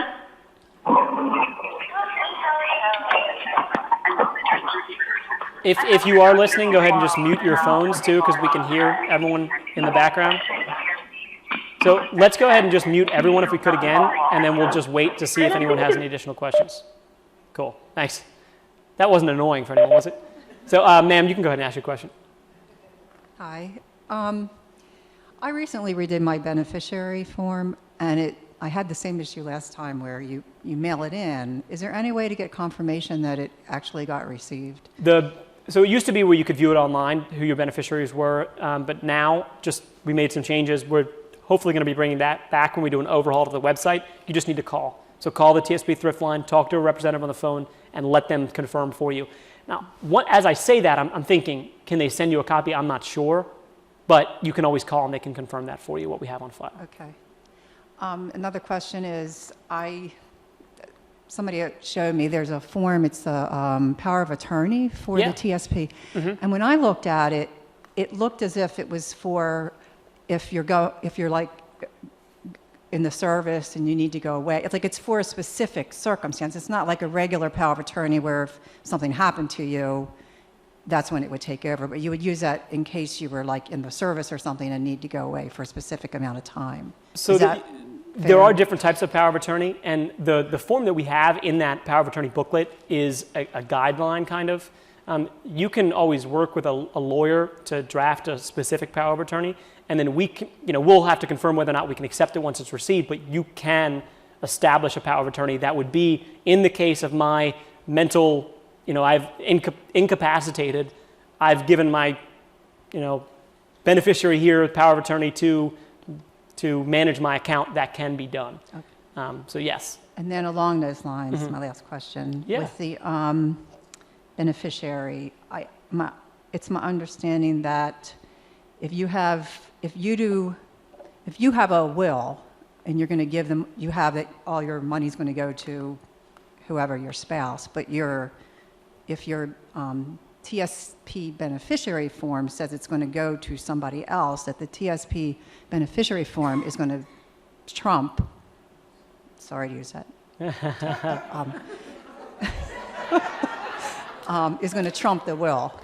Yes. So technically, even if you have a TSP3 designation form or you did not fill one out, the TSP will trump a will. Meaning, if you put your sister, let's just say you had a sibling, on your TSP3, it would go directly to them, even if your will says pay it to my brother. Right. If you didn't put anyone on the form, it would pay out according to statutory order of precedence, even if your will says pay it to my brother. So the TSP3 will take precedence over any will. Okay. Thank you. Good questions. And let's see now, so if we want to unmute the lines, just keep in mind if you have a question, unmute your phone, but if you don't have a question, please keep your phone muted. So let's just see if there's any questions that we have over the broadcast.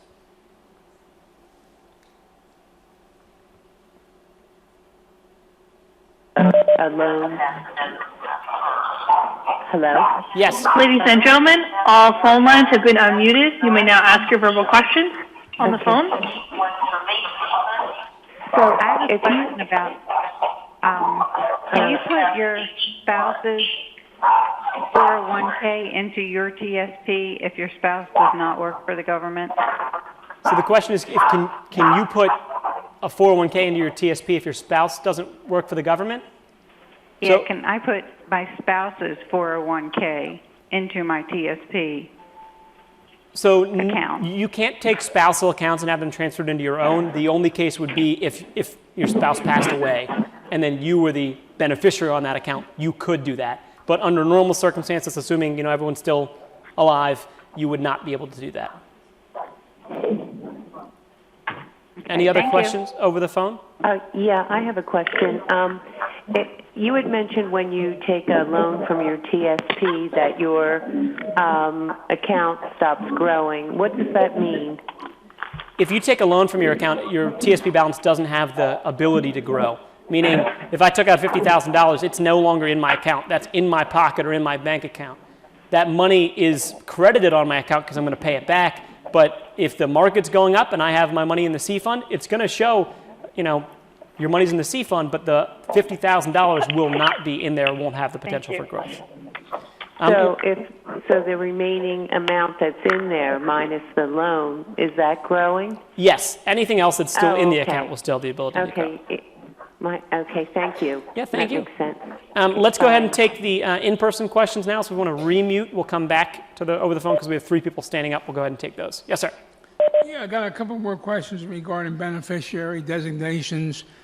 Number one, if you have a spouse and one child and you state to your spouse 50% if they survive me and 50% to your son or daughter if they survive me, and one doesn't survive, then the other one would get 100%? That's a good question. I'd have to re-review that, so I don't actually, offhand, as I think about that, I'm going to say I don't know the exact answer. It's either going to be that case or 50% would still be awarded to the other person and then would just go to whoever would be there next in line from them. Because I can't think of it offhand, review and read the death benefits booklet. That has the information, and I can always take a look with it at you afterwards to try to come up with an answer, but I can't think of it offhand. I'm sorry. Okay, the second question is in regards to people who forget to change their beneficiaries. Instead of naming a wife or a husband, could you just say to my husband or to my wife? So if you're filling out the TSP3 designation of beneficiary form, you would need their name and their social security number. If you're not filling out the form, it's just going to go to your spouse. That would be the automatic if you're married. That would be the statutory order of precedence, regardless of who your spouse is at that time. Okay. All right, thanks. Yeah, thank you. And then you can always see me afterwards if you want to look over that death benefits booklet with me to get a better answer for your first question. Yes, ma'am. Yes, my question is with respect to the G fund. So that is the most stable fund. Is there anything that could happen legislatively or economically that would cause that fund to tank? So that's a good question. It's one we get a lot. Right now, there's a lot of information in the headlines about the G fund, and you'll see these kind of attention-grabbing headlines. The G fund, when you think about it, what is that? It is a government debt. It's government securities. So just like if you go buy a government bond today, you're giving the government money. They're going to pay you back that money plus interest. So just like any type of bond, they're spending that money, and they're paying that money back plus interest. So when you put money in the G fund, some people say, well, they can take the money. That's already what it is. It is borrowed money that the government's paying you back with interest. So then they say, well, I've heard that they can take away the interest, or I've heard that they could just take all the money out of the account. They can't. Unless, doomsday scenario, the federal government collapses and they can't repay their debts, but then we have a lot more to worry about, to be honest, than our retirement. But let's just think about the debt ceiling limit that we're coming up against potentially on Friday. If the budget doesn't get approved, Treasury can't issue new debt. The interest that we receive on our G fund is new debt. That is new debt. There's a provision that was put in place when the TSP was established that's called the make whole provision, where we're going to track it just as if nothing's different. So if you leave in the middle or if you're putting money in the G fund, you're still going to be credited with all the interest. After the federal debt limit is raised, then Treasury will go ahead and credit everything that should have been credited. But for you as an individual, it won't make a difference. Okay, so nothing could change statutorily that would alter the rate at which people get paid back those government securities? I mean, that's a loaded question. Could something change statutorily? Yes, but the only thing this is a government agreed, plan that's we're going to be paid back from this. The one thing that is discussed to potentially be changed would be the percentage that we get. Right now, we get a really high rate of return for the type of investment. We get 2%, which doesn't sound like a lot, but if we compare this to our bank account, which is a secure investment, this is more secure than that because it's backed by the US government for the entire amount, and we're getting a rate based on 10-year average returns as opposed to just short-term returns from a bank account. It's pretty incredible. So that rate could change, but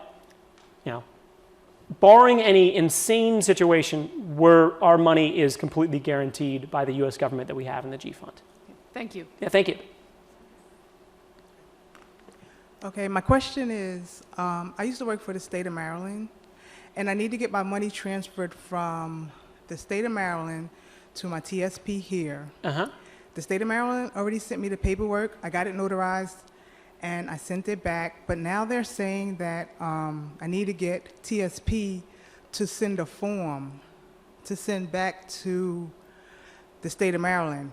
And when I called TSP, they said they don't do that, but they can only give me letterhead. So now I'm stuck because the money's just sitting at the state of Maryland. Has it been withdrawn yet from your state of Maryland account? No, I can't get it withdrawn because unless I do it indirect, because you said something about indirect. And I would be wary of doing anything indirect just because what the state of Maryland would do is they would take your 457B plan, they would have to withhold 20% and send it to the IRS. And if you wanted to put the whole amount over, you would need to find that in your pocket, which doesn't sound like fun. So what I would suggest you doing is the state of Maryland probably needs a letter of acceptance. Is that the words they've used? Yes. So, I don't work in the call center at the TSP, so I don't know what that process is. I would just continue to try to call the TSP and see if there's any way they can get anything for you and see if you can try to get both parties on the phone at the same time so they can have a conversation. It's not an easy process. It's just the way it is because we need to verify that it's coming from a qualified plan and they need to verify that it's going to a qualified plan. So it's having two people that don't work together work together. So it can cause some headache. So good luck. But sorry, I can't give you any better answer there. And then we have one more question here, and then we'll go back to the phone lines. Hi. I have a couple questions. I am actually close to retirement. I'm retiring the end of this year. And I do have my money, my TSP diversified and all the different options. So is it a good idea to take them out of the 4 options and just leave them and move them all to the G? Or should I just leave them alone as is? So that's a loaded question. I mean, you would need to talk to either a financial advisor or think about what your plan is if you're willing to make that decision for yourself. You could always use the tools we have to help you with that process on tsp.gov, but I would suggest even to go beyond that and check out other calculators and tools available online through other, any other financial institution. It can't hurt to go check out different tools. But if you need somebody to walk you through that process, I would look for a financial advisor. Okay, and another question that I do have is, when I actually do stop working, when I actually retire, and I can't touch the money until I'm 59 and a half, does the money still continue to grow, or does it stop at that point once I'm retired? So once you retire, if you aren't planning on withdrawing the money from your account, it will still be invested just as you left it on the last day you were employed, but you can change it if you'd like to, so you can continue to change your investments as well. and it will still continue to grow or lose based on your options you've chosen. Okay, and one last final question. When I'm 59 and a half, and I do get that money, withdraw that money, again, the money that's left, will that continue to grow? Or again, is it cut off? Does it stop growing at that point, as soon as I start to withdraw the money? Any money that's still in the TSP will still be invested, absolutely. Okay, thank you. Yeah, thank you very much. Let's go ahead and just, we have 5 minutes left. I want to take some questions on the phone. Anyone who's in the audience who wants to stick around, I will go ahead and take questions after we're done as well. Ladies and gentlemen, all lines have been unmuted. If you would like to ask a verbal question on the line, you may do so now. Hi, good afternoon. Can you hear me? Yes, I can hear you, sir. Yeah, I have very similar problem like to the person who spoke before. Say I'm moving my pension fund from the other company where I resigned because they are doing it for the all 300,000 employees. So they said they cannot do this TSP 60, which the TSP insists that I need to fill in when I do the transfer. They say they can give specific letter which they wrote to IRS, and the IRS responded saying that you're good to go. So they said that is all the letter they can give. They cannot fill it up TSP 60 because they say they have a lot of employees and it's not possible. So what is the solution? So we can't just accept the letter of determination determining that the plan is a qualified plan. We actually need them to fill out the TSP 60 because that states the dollar amount on there of the distribution. So we know when we receive that money that it is all coming from that qualified plan. So you will have to have them fill it out. I would suggest trying to, you have to kind of play hardball and talk to them and say, this is what I need filled out, and just continue to work on that. So yeah, you will need to have that filled out, and I'm sorry, there's not really a way around that. Okay, thank you. So I find out. Another question I have for you is actually, as I said, that my previous 401k is now moved into TSP, but I'm just putting it in all across the funds, and I just want to make sure that I can see the growth, so I can kind of monitor it, like how much it's growing every year, like percentage-wise. So when you have transferred money in from an outside account, it now should, unless, I don't think we track it separately at all. Now it just looks like a normal contribution. So it's just normal money in the account. You could always do the process to kind of track it on your own, but I don't think we would separately track that for you. Oh, thank you. Appreciate that. Thank you. Any other questions? We've got just a couple more minutes. Yeah. I'd like to know, are there resources available after this presentation for the PowerPoint? And you mentioned some handouts you had there. Also, are you available via email for additional questions? So I am not available via email. The only person who can email me is anyone in HR or my friend James, who's sitting in the audience, who has my email address. But don't bother me, James, please. It's just, we're trainers, so we're out on the road all the time. So we don't respond directly to individuals' questions, outside of the presentations. Now, will the presentation be made available through, and how can people, through HR has the access, HR help desk is how you can access the presentation. It says on the slides from the computer that you didn't have slides for us to view that work at AES, but that we could contact you through HR. HR help desk, yep. Okay. Okay, we'll take one more question, and then I'll address any of the questions of anyone who's waiting around in the room offline of the broadcast. Anything else? Okay, so that concludes everything then. So thank you very much, everyone, for coming. Thank you very much for tuning in as well, and then I'll stick around for any other questions in the room. So thanks so much.